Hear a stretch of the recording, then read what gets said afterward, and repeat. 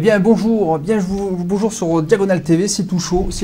Kramnik est champion du monde unifié. Et oui, il a battu Topalov au départage, donc ce qui enlève toute problématique de suspicion. Et alors pour cette émission, eh bien un peu spéciale pour cette victoire de Vladimir Kramnik, je reçois un invité inhabituel, c'est Séverine Benama. Bonjour Séverine.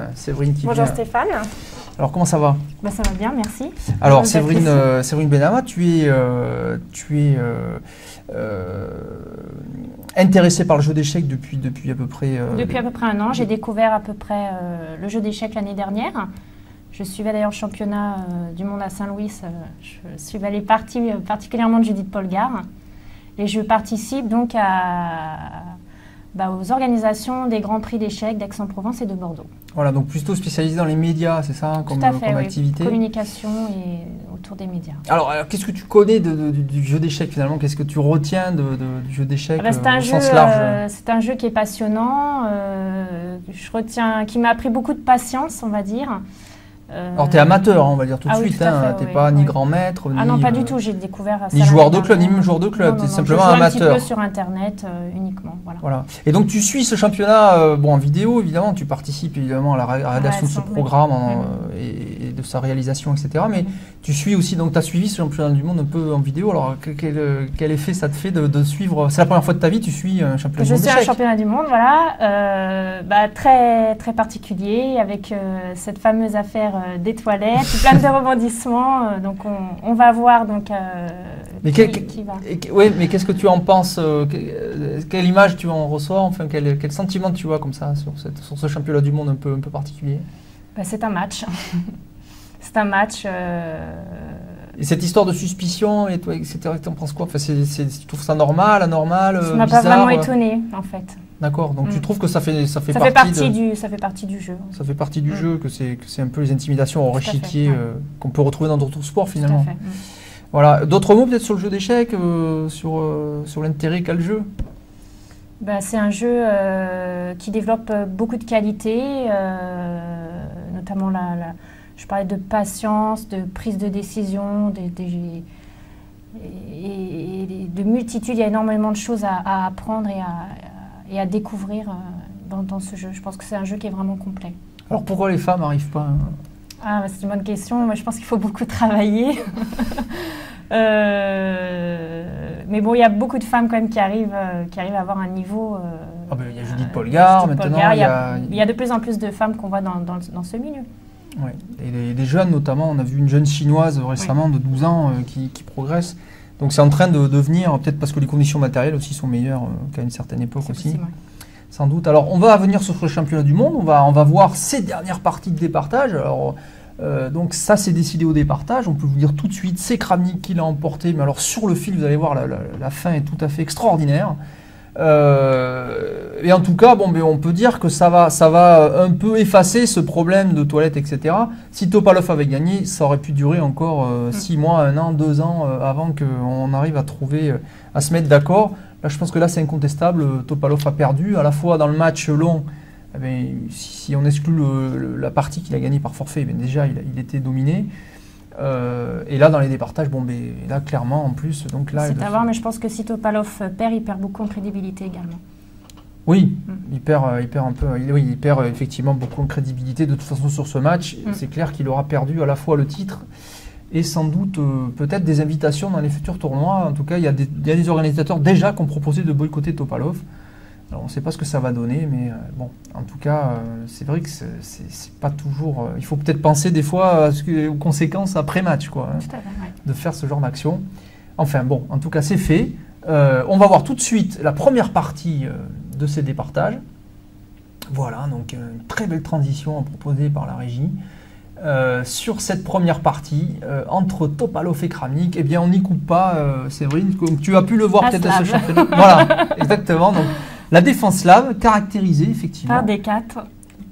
Voilà, D5, C4, et enfin le petit coup de pion, voilà, ce petit coup de pion qui change de l'ouverture qui est E6, qui correspond ici à un gambit dame, c'est-à-dire que c'est un gambit à mesure où on donne ce pion, et qui a le problème d'enfermer un peu ce fou. Alors dans la slab, l'avantage de jouer le coup C6, c'est aussi de pouvoir libérer ce fou plus tard, tout en permettant le contrôle du pion D5 sur la menace du pion C4.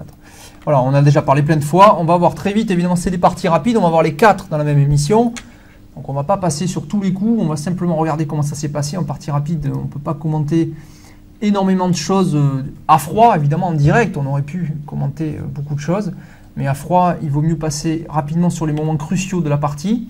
Donc là, Kramnik a choisi de prendre en C4, au 4e coup, comme on vient de le voir. Donc il dévie un peu des parties précédentes où il avait joué le coup fou F5. Voilà, donc là, mais c'est les parties rapides, encore une fois. C'est plus la préparation qui va jouer, 25 minutes par joueur, ça peut se décider très vite. Fou F5, logique, ici on contrôle le centre. Donc on empêche la poussée E4. E3, donc on libère le fou pour prendre le pion. Tout ça est très classique. Voilà, on est dans un début de partie classique, fou B4, petit roc, développement normal, cavalier B, D7. Alors on dit B, cavalier B, D7, parce que les deux cavaliers peuvent aller en D7, si on revient ici.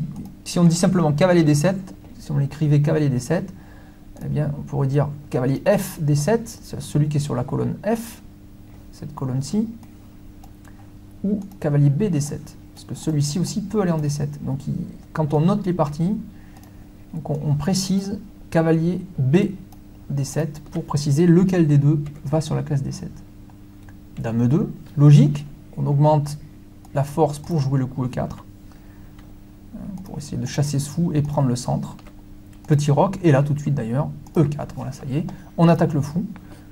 Donc logique, rien à dire pour l'instant Séverine, ça te paraît logique les coups? Oui. Alors, fou G6, fou D3, fou H5 ici, clouage du cavalier sur la dame. Ici, là, Topalov choisit un coup agressif. En jouant E5, c'est un coup responsable toujours de jouer la structure de pion. Il attaque le cavalier. Tout ça doit être très connu. On doit toujours être dans la théorie. Cavalier D5, cavalier prend D5, échange de Topalov. Et Kramnik choisit de prendre C prend D5. Notez que c'est un coup qui garde une structure de pion qu'on appelle symétrique, puisque là, on a une structure ici symétrique avec celle-ci. Donc ça aplanit un tout petit peu la position, plus que si on avait pris de l'autre pion, avec des poussées possibles pour les blancs en E6, donc, qui semblait d'ailleurs pas possible. Hein. Donc il vaut mieux prendre C prend D5. Et maintenant, Topalov joue Dame 3. L'idée de Dame 3, c'est simplement de sortir le cavalier du clouage, de façon à libérer ce cavalier, par exemple pour venir en E1, et pousser F4 et F5 avec le fou ici pour attaquer contre le roi. Tour 8. Cavalier E1 d'ailleurs, c'est ce que joue Topalov. Alors, c'est pas pour... évidemment, j'ai révisé un peu la partie, mais c'est tout chaud, hein, parce que le championnat vient de se terminer il y a 1 heure. Tour C8. Et maintenant, le fameux coup F4, donc voilà, donc on a enlevé le cavalier. Maintenant, on voit bien que la dame est plus attaquée par le fou, donc d'où l'idée d'avoir joué la dame ici. Et maintenant que le cavalier est enlevé, la tour étant derrière le pion, ce pion peut avancer avec l'idée de jouer en F5 et de créer une rupture contre cette chaîne de pions, la fameuse chaîne de pions défensive ici, qu'il faut casser de façon à ouvrir la colonne de la tour, quitte après du côté du roi. Voilà, c'est toujours très logique tout ça. Donc là, Kramnik choisit d'abord, dans un premier temps, d'échanger ici le cavalier F1 avec son fou. Son fou n'était pas tellement actif. Il échange contre un cavalier, bon, pourquoi pas. Ce cavalier aurait pu rebondir sur la case F3 et ensuite venir en G5, créant des menaces avec le fou, par exemple, sur H7. Donc, tour prend E1. On aurait pu reprendre donc soit de la tour, soit de la dame. Hein. Évidemment, la dame est bien placée en E3. On prend de la tour. Fou G6. Fou F1. Donc il préfère Topalov garder ses pièces pour l'attaque. Il veut profiter du fait que ce fou peut-être est enfermé. Peut-être il veut jouer G4 et F5 pour enfermer ce fou. Tour C2 maintenant de Kramnik. Et sa tour maintenant devient active. Attention, puisque la tour de Kramnik est active sur la deuxième rangée, protégée par le fou G6. Donc c'est toujours embêtant d'avoir une tour comme ça sur la deuxième. B3 de Topalov. Dame A5. Attention, petit œil sur la tour. Elle est défendue par la dame pour l'instant, mais ça pourrait être un thème. Il y a un petit œil sur la tour ici par la dame. Fou B5. Alors là, clouage. ici du cavalier qui ne peut pas bouger à cause de la tour qu'il y a derrière, et le cavalier est en prise. Donc il faut trouver un coup. Tout simplement, Kramnik joue le coup tour D8, il protège le cavalier. Notez qu'à ce moment-là du match, on est dans une partie rapide. Il faudrait aussi tenir compte du temps. Alors on n'a pas le décompte de temps exact sur la partie, mais la tension va s'accélérer parce qu'il va rester maintenant quelque chose comme une douzaine de minutes à chaque joueur. Tour 2 de Topalov qui propose un échange des tours. Kramnik, ici, choisit de jouer le coup tour C, C8, donc de revenir à la maison. Voilà, tout simplement. Alors à noter qu'ici, quand même, les blancs donc, ont, depuis l'échange que Kramnik a fait du fou contre le cavalier, ils ont la fameuse paire de fous. On en a parlé déjà dans l'émission, notamment dans ce championnat du monde. La paire de fous, toujours un avantage en finale, surtout si la position s'ouvre. En l'occurrence, elle est un peu fermée. Ici, les chaînes de pions sont bien solides. Mais si par exemple les blancs arrivaient à jouer G4 et F5, posant des problèmes à ce fou et ouvrant la position, cette paire de fous peut devenir un avantage décisif. Donc attention, potentiellement avantage aux blancs. Fou D2, attaque la dame, donc il faut la bouger évidemment. Donc Kramnik joue en B6, il garde un petit œil sur le pion D4 qui est quand même un tout petit peu faible, c'est la base de soutien du pion E5, lui-même n'est pas protégé par un pion. Tour F2, A6, attaque le fou, bon là c'est facile, fou F1, on revient, il fallait trouver un coup, il ne veut pas échanger ce fou contre celui-ci, puisqu'il veut profiter de ce fou qui est peut-être mal placé. Tour C6, et là maintenant B4 de Topalov, donc il va sans doute chercher à jouer B5, protégé par son fou F1, attaquant A6, et la tour C6. Tour C2, et maintenant B5 quand même, voilà ça y est, Topalov essaie de gagner de l'espace ici à l'aile dame. A5. Fou C3 de Topalov. Maintenant, l'idée, c'est d'échanger les tours. Voilà. Donc, Topalov choisit d'échanger les tours. Il estime qu'effectivement, à raison, cette tour est très active. Celle-ci, il était beaucoup moins. Donc, c'est toujours intéressant d'échanger une pièce non active avec une pièce active. Alors, évidemment, c'est vrai que tu peux intervenir si tu as une question sur une position. J'essaierai d'y répondre. Alors, tour prend F2. Mais si tu n'en as pas, tu n'en as pas. Hein. ça déroule très vite aussi. Hein. Ça déroule vite, c'est vrai. Les parties rapides. C'est les parties rapides. De toute façon, on peut pas. Elles sont très longues en plus. Et on ne peut pas tout commenter. De toute façon, les joueurs eux-mêmes, avec quelques minutes pour jouer chaque coup. Oui, bien sûr. Donc, on ne peut pas commenter de la même profondeur, évidemment, qu'une partie longue. Dame prend F2. Dame A7. Et maintenant, Dame D2. Alors, tout de suite, la menace, c'est le pion A5. Alors, voilà. On va rentrer maintenant dans une pression des blancs sur le côté dame du fait que de ce pion A5 est avancé. Un coup comme B6 est envisageable, mais ça affaiblirait cette case, puisque cette case est protégée par un pion. Et donc ça permettrait aux blancs après de venir en C1 et d'essayer de créer une pénétration en C6. Alors qu'on voit que les pions ici, blancs et noirs, contrôlent toutes les cases de pénétration. Et ce cavalier, lui, ne pourrait rien faire. Hein, il serait complètement passif. Donc les blancs auraient réussi à gagner un gros avantage d'espace. Donc ça devient très délicat pour les noirs qui sont en défense, véritablement en défense. C'est pourquoi Kramnik joue le coup tour A8. Il ne veut pas affaiblir cette case C6. Il ne veut pas jouer B6 pour protéger son pion A5, mais c'est très passif. C'est-à-dire ces deux pièces sont quand même des pièces lourdes, très passives, même si la dame est un peu active puisqu'elle a un œil sur le pion D4. Tout ça est très passif et pose des problèmes. Il réserve aussi la case B6 à son cavalier parce qu'il veut sans doute Kramnik l'amener sur la case C4 par exemple. Voilà, pour essayer de lui donner de l'air, voilà une possibilité. Mais surtout éviter de s'enfermer par le coup B6. Tour C1 de Topalov, logique, cette tour n'était pas active maintenant, elle s'active sur une colonne ouverte, possibilité de pénétrer dans le camp ennemi, et au bon moment, Kramnik joue cavalier B6. Voilà, ça c'était vraiment impératif de jouer ce coup. Maintenant ce cavalier peut avoir de l'air alors qu'il était totalement passif en D7, totalement dominé par les pions centraux. Maintenant il a une petite case d'espoir ici, et surtout tout de suite il titille le pion A4. Voilà, donc menace cavalier prend A4 avec un pion passé noir. Et d'ailleurs Topalov laisse faire avec fou B2.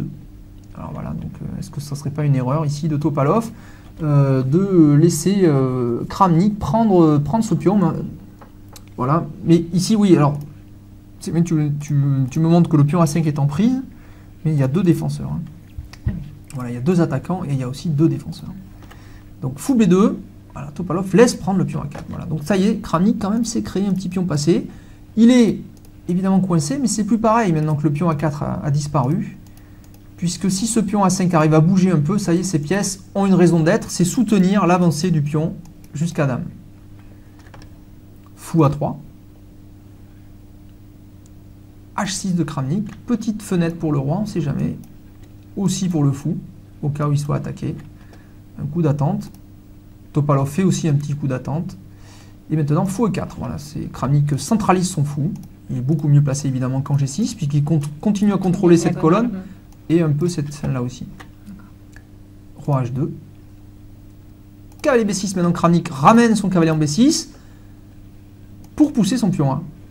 Voilà, mais il y a quand même un souci, c'est le coup de Topalov, bien vu, fou C5, puisque là, le cavalier est cloué. Mais de l'autre côté, on voit mal comment les blancs peuvent augmenter la pression sur ce cavalier, puisque le pion B5, en fait, bloque. Évidemment, s'il n'y avait pas ce pion, un coup comme tour B1, enfin, pas tour B1, parce qu'il y a le fou, évidemment, mais dame B2 plutôt, eh bien, le cavalier serait pris. Hein, puisqu'ici, il bouge, évidemment, il y avait la dame derrière. Donc ça aurait été un gros souci. Mais en l'occurrence, il y a un pion, et donc on ne voit pas comment les blancs pourraient augmenter la pression sur ce cavalier. De la même façon, sur la diagonale ici, elle est bouchée par le pion D4. Donc on ne peut pas rajouter une dame qui ferait pression sur le cavalier non plus. Donc c'est embêtant ce clouage, parce que la dame ne peut pas bouger. Si elle bouge, le cavalier est perdu. Le cavalier ne peut pas bouger puisque la dame serait perdue. C'est embêtant, mais c'est pas décisif. A4 maintenant de Kramnik. Alors, ça donne déjà tout de suite un peu d'air. Et puis surtout, bon, mais voilà, ce pion commence à venir à être dangereux. Donc tour A1 de Topalov, logique, il essaie d'arrêter le pion. Et là maintenant, voilà, on arrive dans la fin de cette première partie tendue, où les blancs avaient un avantage avec cette paire de fous. Ils ont laissé quand même prendre ce pion à 4. Et là, Kramnik va trouver. Voilà, effectivement, Séverine, tu veux le montrer. Donc tu proposes quel coup? Cavalier C4 pour viser la dame, en fait. Cavalier C4 pour viser la dame. Mais, sachant que ta dame est attaquée par le fou. Ah, oui. Alors voilà, mais effectivement, ça propose un échange de dames. Et voilà effectivement ce qu'a l'idée qu'a eu Kramnik. Et on va voir, elle est quand même bien vue. Et elle lui permet de totalement égaliser une position où il est en désavantage. Alors je vois qu'en régie, ça rigole pas mal. Mais il n'y a pas de quoi. Cavalier C4 de Kramnik. Alors ça a l'air d'être un coup faux, puisqu'on se dit, oui, alors effectivement, ma dame est attaquée. Alors si je prends la dame, on peut le voir tout de suite, effectivement, si je prends la dame, eh bien tout simplement, les noirs se vengent sur la dame adverse. Et eh bien, il peut y avoir un souci pour les blancs. Que faire de ce fou déjà? Si le fou, par exemple, revient ici, eh bien, tout simplement, on peut quand même jouer le coup à 3, puisque le fou ici est en prise. Donc, un échange ici permettrait cavalier prend fou, et en cas de tour prend, ça serait en prise. Donc, le pion deviendrait très très dangereux, menace de jouer A2, et ensuite cavalier B3 avec perte de la tour. Si on joue un coup comme tour A2, c'est pas possible, puisque le cavalier est en prise, le fou est en prise, enfin voilà, c'est un gros souci. Donc on voit que c'est pas possible. Donc Topalov joue probablement ce qui reste le seul coup, mais qui est un bon coup. Fou prend C4. J'élimine le cavalier. Et maintenant je me dis, ta dame est attaquée, j'ai pris un cavalier, tu enlèves ta dame et j'ai gagné une pièce. Mais non, Kramnik a tout vu. Donc et là, il fallait qu'il soit quand même très précis, puisqu'il joue le coup B6, laissant deux fous attaqués par les pions. Donc il récupère sa pièce.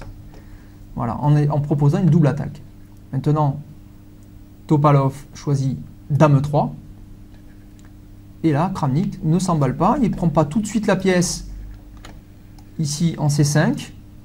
Ce qui me permettrait aux blancs de prendre en C5. Puisque maintenant, si les noirs prennent en C4, je prends le fou moi-même.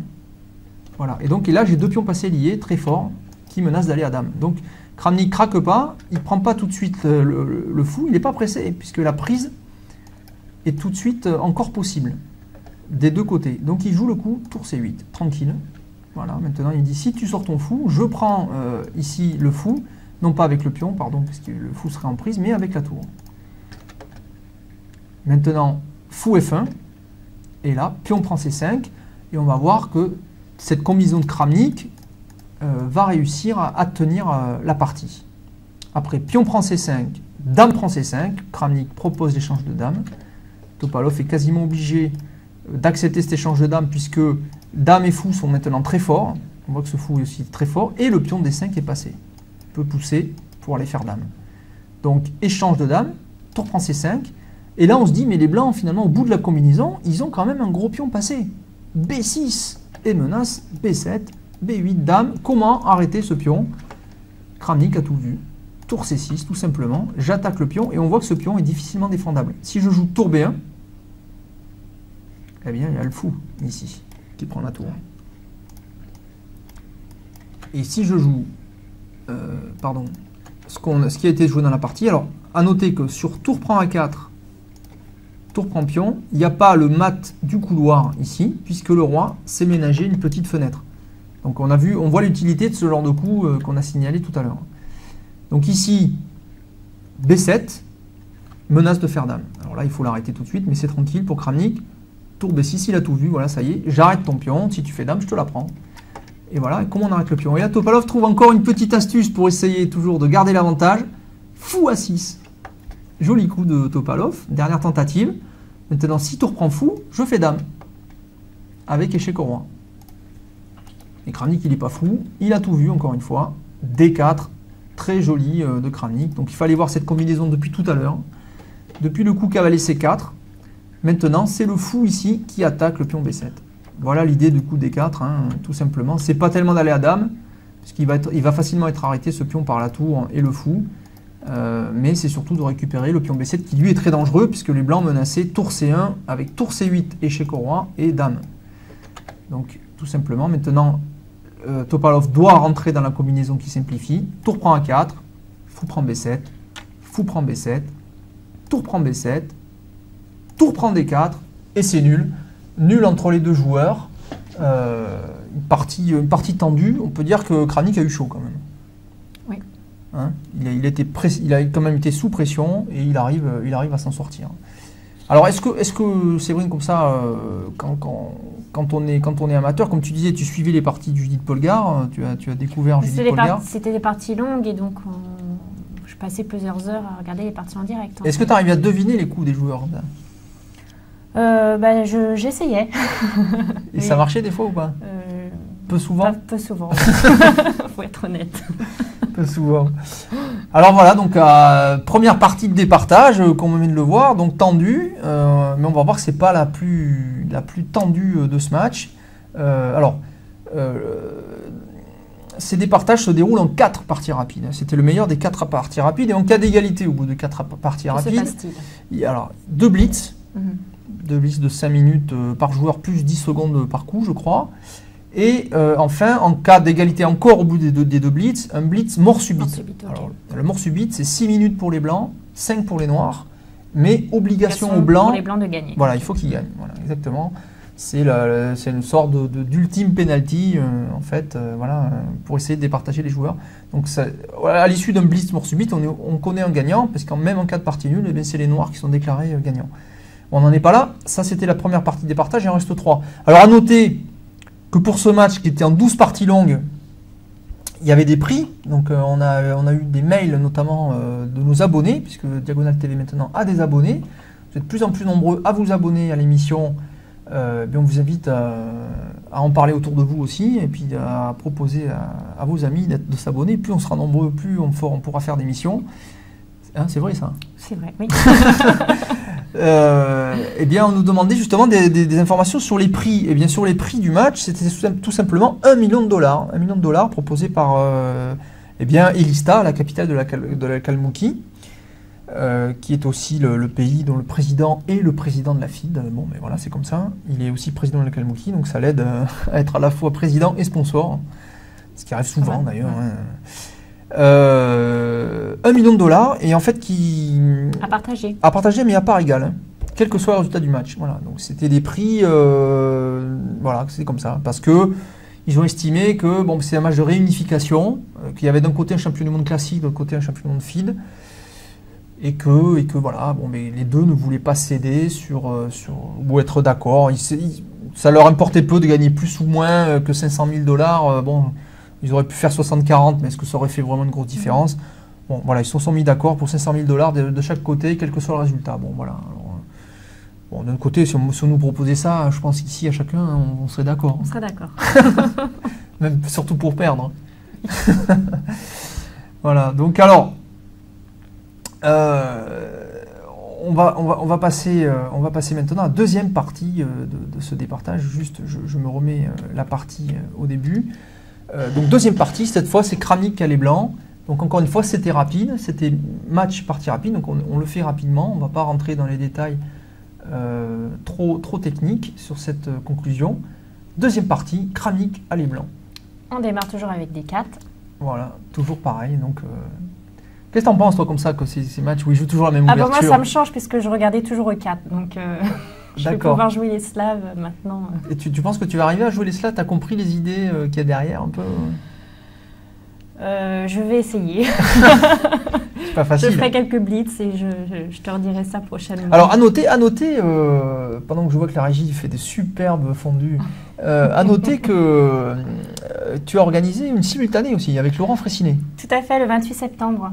Donc, on a fait Laurent Fraissinet a joué contre des chefs d'entreprise donc à l'Espace Horizon à Ozeur-la-Ferrière. D'accord. Voilà, contre 13 personnes et qu'il a remporté 13-0. Voilà, 13-0. Ouais. Facile, Laurent Fraissinet très fort évidemment. Non seulement meilleur joueur, un des meilleurs joueurs français. Vice-champion de France. Vice-champion de France et il fait partie maintenant, on peut dire, des meilleurs joueurs. Des meilleurs joueurs du monde. Hein. Il fait 70e au dernier classement. Il a déjà été classé dans les 50 premiers, je crois. Et il est passé dans l'émission récemment. D'ailleurs, on va aussi rappeler ici que vous pouvez vous abonner sur le site officiel Diagonale, diagonaltv.com. Vous pouvez vous abonner à la newsletter de Diagonale, qui est importante puisqu'elle va vous donner des informations sur le contenu des émissions et aussi les offres spéciales, un peu avant tout le monde, quoi. C'est-à-dire que voilà, il vaut mieux être abonné à cette newsletter si vous voulez avoir l'information en priorité. Voilà, donc on vous invite à vous inscrire, c'est gratuit, sur le site officiel diagonaltv.com. Voilà, vous mettez votre mail dans la newsletter et vous serez tenu au courant. Et voilà. Alors, on va venir sur cette deuxième partie des partages. Donc le match est tendu, des partages, partie nulle, donc un demi partout. Hein, pour l'instant, on est à un demi partout, je le note. Et on y va. D4, D5, C4 et C6. Encore une slave. Je crois qu'on n'en sortira pas. C'est le match des slaves. Voilà. D'ailleurs, Kramnik est slave. Il est russe. Donc, Topalov aussi un peu, il doit avoir du sang slave, bulgare, bon, il doit en avoir aussi, donc c'est pas étonnant. KF3, KF6, KF3, E6, donc alors une semi-slave, comme l'a expliqué Laurent Fraissinet, E3, KF BD7, Dame C2, voilà, donc tout ça est classique. On met la dame ici sur une belle case, elle contrôle E4, peut-être pour plus tard jouer la percée E4. Elle est bien placée ici en C2. Fou D6. B3 de Kramnik, qui la joue tranquille, petit roc. Fou E2. Et là, B6 de Topalov. Alors, normal aussi, hein, c'est un coup normal. On veut sortir ce fou. Donc, peut-être sur A6. Pourquoi pas pour faire pression sur C4 et voir s'échanger contre le fou E2. Ou alors, plus sagement, peut-être sur B7 pour avoir un contrôle sur le centre. Donc c'est logique, mais on voit quand même que ce fou sera un peu enfermé tant que les noirs n'auront pas joué la percée C5. Ce qu'ils peuvent faire plus tard, évidemment. Petit roc, fou B7, sagement, fou B2, tour E8, logique. On met une tour ici pour la percée thématique. C'est quoi la percée thématique dans la slave pour les noirs? Eh bien, c'est le coup E5. Voilà. Une fois que le centre est stabilisé, eh bien, on va percer au centre par E5 pour échanger ce pion contre un pion central. Et on voit que cette case 5 est très bien contrôlée par les noirs, maintenant par la tour, aussi par le cavalier et par le fou. Donc voilà, donc une idée de... Ce qui est important aux échecs, évidemment, c'est le centre. Donc il faut percer au centre très souvent, soit tenir le centre, soit le contrôler à distance, ou alors le bloquer. Le bloquer pour ensuite travailler tranquillement sur les ailes. Tour à D1 de Kramnik. Donc là, tranquille, il met une tour derrière son pion, en prévision d'une poussée centrale, et bien sa tour sera en vis-à-vis avec la dame adverse. Donc ça peut toujours être utile. C'est pourquoi d'ailleurs Topalov tout de suite développe sa dame en E7, empêchant ce vis-à-vis. Et maintenant, il met une deuxième tour vis-à-vis de la dame, classique aussi. Il y a beaucoup de pièces, mais évidemment, si on cherche à échanger, ben, il y en aura moins et ça peut jouer un rôle. Tour à C8, eh bien, Topalov fait de même, il met une tour en vis-à-vis de la dame. Fou D3, petit œil, ici, batterie, petit œil sur la case H7. Alors, c'est protégé pour l'instant par le cavalier F6. Voilà, exactement. Mais c'est un petit œil qui peut avoir son importance. E5, ça y est, c'est l'heure pour Topalov. Il perce au centre. Vous allez voir, la partie est longue aussi. Les parties rapides peuvent se jouer beaucoup plus long, beaucoup plus de coups que les parties longues, puisque le temps va être un facteur déterminant. Même si la position est égale, le temps va jouer. Et là, Kramnik choisit. Alors là, c'est peut-être un peu la première fois du match où Kramnik joue pas trop tranquille. Carrément, lui aussi, il attaque au centre. Alors là, ça fait une explosion de possibilités d'échange pour les noirs et aussi pour les blancs. On le voit ici avec toutes ces possibilités d'échange. Il faut faire des calculs énormes pour savoir ce qui va se passer. À savoir que les blancs semblent avoir quand même l'avantage d'avoir une tour en vis-à-vis de la dame noire. Donc on va voir ce qui se passe. Pion prend C4. Voilà, déjà tout de suite, il empêche ce pion, évidemment, de sortir pour avoir la tour en vis-à-vis de la dame. Donc c'est sans doute un coup qui était nécessaire de la part des noirs, rien que pour cette raison-là. Évidemment, il faudrait rentrer dans le détail des calculs, mais on ne va pas le faire là. Encore une fois, c'est une position extrêmement explosive et compliquée. Notez d'ailleurs que c'est le premier échange de la partie. Puisque pour l'instant, tous les pions sont là, toutes les pièces sont là. Il n'y avait encore aucun échange. Fou prend C4. Donc là, Kramnik prend du fou et non pas du pion. Pourtant, d'habitude, on a l'habitude de dire qu'il faut ramener les pions vers le centre. Mais là, si on avait ramené le pion vers le centre, on aurait enfermé le fou, non? Ah, non. On aurait, oui, d'abord, le fou était un peu enfermé, mais c'est pas tellement ça. C'est surtout qu'après la prise en D4, on voit que ce pion est tout seul, un peu isolé. Et que ce pion ici, maintenant, va avoir du mal aussi à avancer, puisque la case de 5 est très bien protégée. Et voilà, c'est le souci, c'est que ce pion est un peu tout seul, et le fou, du coup, n'est pas actif. Alors, en prenant du fou, ici en plus, bon, ben, on met quand même l'accent sur cette petite diagonale qui peut être dangereuse avec le roi derrière. Déjà, par exemple, une menace peut être cavalier G5. Donc il faut réagir. Et d'ailleurs, ce que fait tout de suite Topalov, puisqu'il joue B5. Voilà, donc il empêche cette menace potentielle d'arriver, même s'il y avait peut-être des réponses. Donc B5, attaque le fou. Maintenant, fou F1. G6 de Topalov. Alors un petit coup qui contrôle ici ces cases blanches, mais qui affaiblit, bon, classique, hein, les cases noires. Bon, il y a encore le fou, donc on peut défendre. Donc ça, c'est un coup qui donne une petite fenêtre au roi aussi. C'est un coup qui n'était peut-être pas nécessaire, mais parfois, il faut jouer vite en partie rapide, donc on n'a pas toujours le choix. Dame D2 de Kramnik. Il en profite tout de suite de ce petit coup pour proposer que la dame pénètre sur les cases noires. Alors, il ne faut pas aller trop vite, évidemment. Maintenant, tour C D8.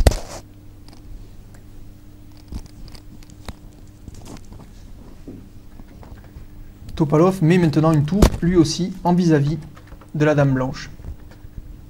Kramnik, en jouant dame G5, empêche ce vis-à-vis. Fait une pseudo-clouage sur le cavalier qui peut faire un échange de dames. Et surtout, bon, il met la dame du côté roi, sur le case noir, donc en profitant de l'affaiblissement des cases noires. C'est essentiellement l'idée du coup. A6. Ici, je protège la cage B5. Et je peux menacer maintenant le coup C5. Ça peut être l'idée, alors pas tout de suite peut-être, on va d'abord prendre en D4 et ensuite jouer C5, puisque un C5 tout de suite se heurterait peut-être à D5, fermeture du centre pour les blancs, ce qui pourrait être embêtant. Alors H3, pion prend D4, cavalier prend D4, dame E5 de Topalov, menace, tout simplement, échec et mat, en H2. Donc il faut faire quelque chose. Dame prend E5. On échange les dames. Cavalier prend E5. Et là, Kramnik rapplique avec son cavalier sur la case C2, libérant la colonne de sa tour, et peut-être proposant des échanges. La position est égale, on ne peut pas dire qu'il y a un avantage clair d'un côté ou de l'autre. Et là, Topalov joue le coup G5. Alors un coup quand même un peu affaiblissant, il y avait déjà G6 qui affaiblissait un peu le roi, maintenant G5 semble un coup curieux. Il veut peut-être jouer G4, Topalov, voilà son idée, mais c'est un coup qui semble un peu affaiblissant quand même du côté noir. Voilà, mais un coup dynamique, un peu à la Topalov, on a envie de dire. Hein. Donc il peut jouer aussi H5, G4, voilà les possibilités. Maintenant que les dames sont échangées, on est presque dans une finale. Alors à noter que cette case paraît faible aussi, quand même ici. Donc Kramnik pourrait à tout moment jouer en E3 et sur la case F5. Avec un joli cavalier aussi, voilà une possibilité aussi pour les blancs. Tout de suite, Kramnik joue d'abord fou C1, attaquant tout de suite le pion G5 qui n'est pas défendu. Est-ce que G4 est possible? Sans doute. Topalov pourrait jouer le coup G4. Voilà, maintenant, c'est sûr qu'après H prend G4, tout simplement, on peut noter que ces pions deviennent faibles, ils deviennent un peu isolés, la structure de pion noir n'est pas terrible. Donc Topalov choisit plutôt de jouer le coup plus solide, H6, ici protégeant tout simplement, voilà, exactement, protégeant le pion, évitant de casser sa structure. Fou E3, donc on le vit en live, hein.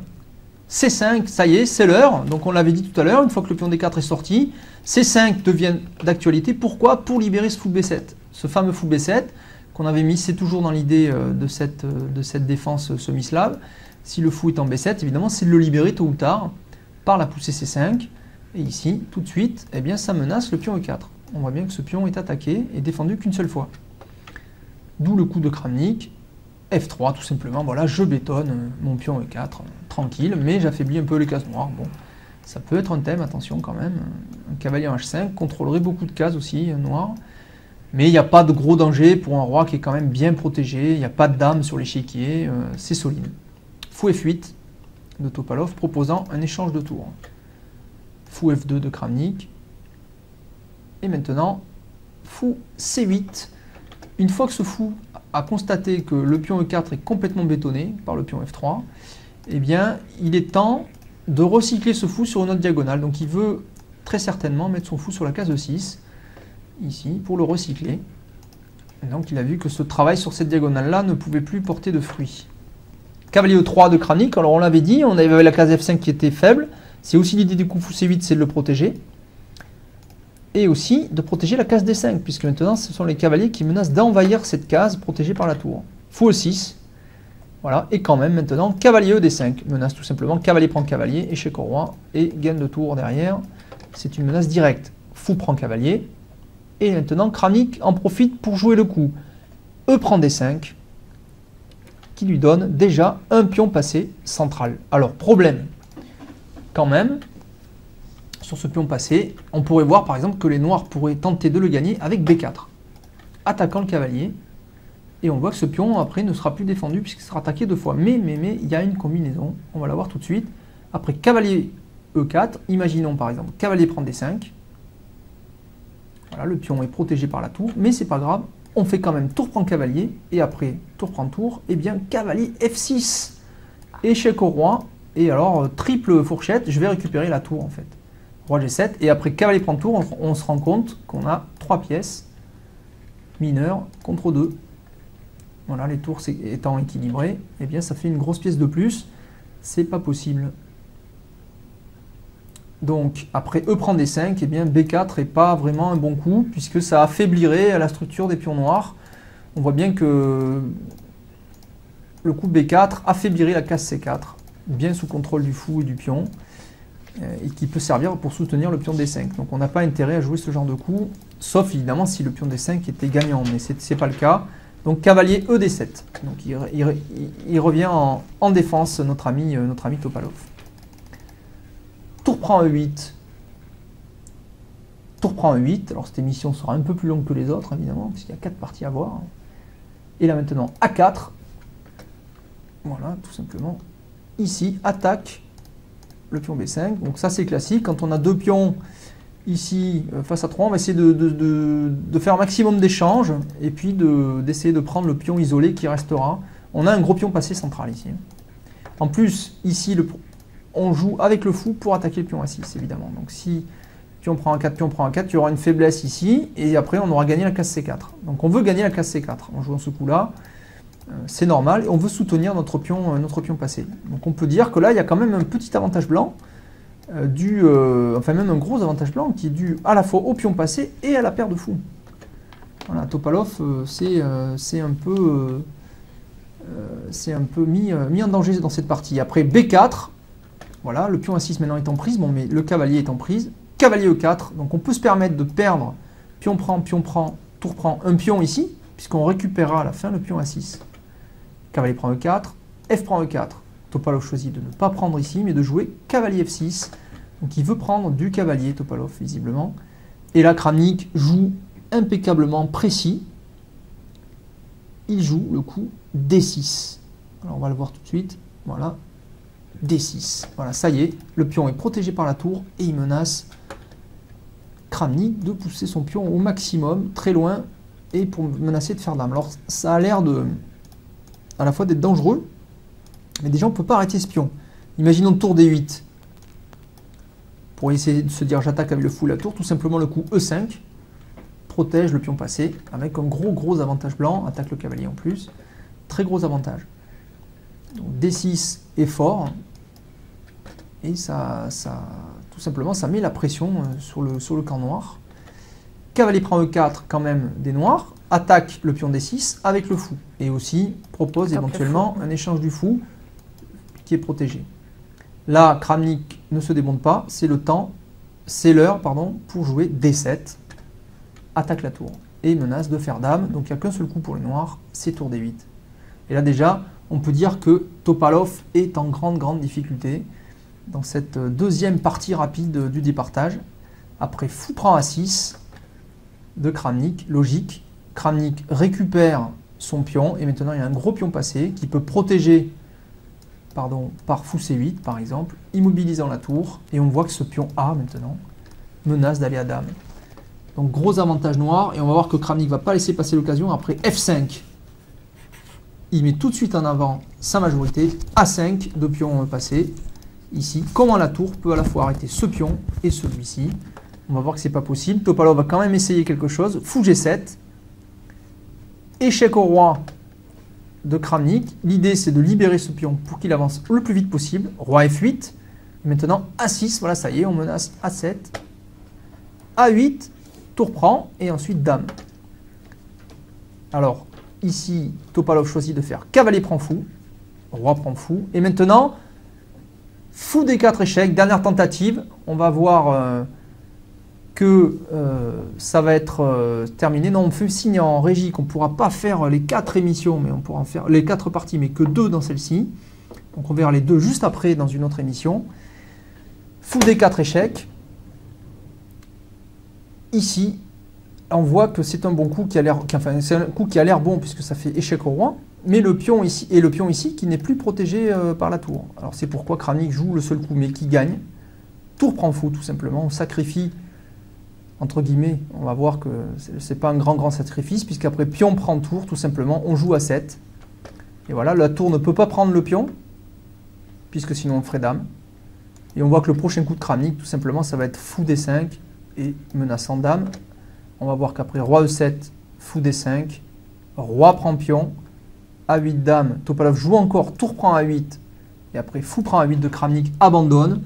Il a 2 pions de plus, évidemment Topalov, mais face à un fou, c'est impossible, on peut pas lutter. Le fou contrôle très bien cette avancée de pion, le roi va aller gober très facilement un de ces 2 pions, on va immobiliser les noirs, on va faire un zugzwang et on va prendre tous les pions et faire dame pour gagner tranquillement. Voilà, donc très belle deuxième partie pour Kramnik, donc qui mène d'un point dans cette partie, dans ces départages, pardon. Donc on va voir dans une deuxième émission qui va suivre, on le fait en direct, comme je vous dis, c'est aujourd'hui que ça s'est terminé. On va voir les 2 dernières parties de ce championnat du monde, les 2 dernières semi-rapides de ce championnat du monde. Donc à très vite.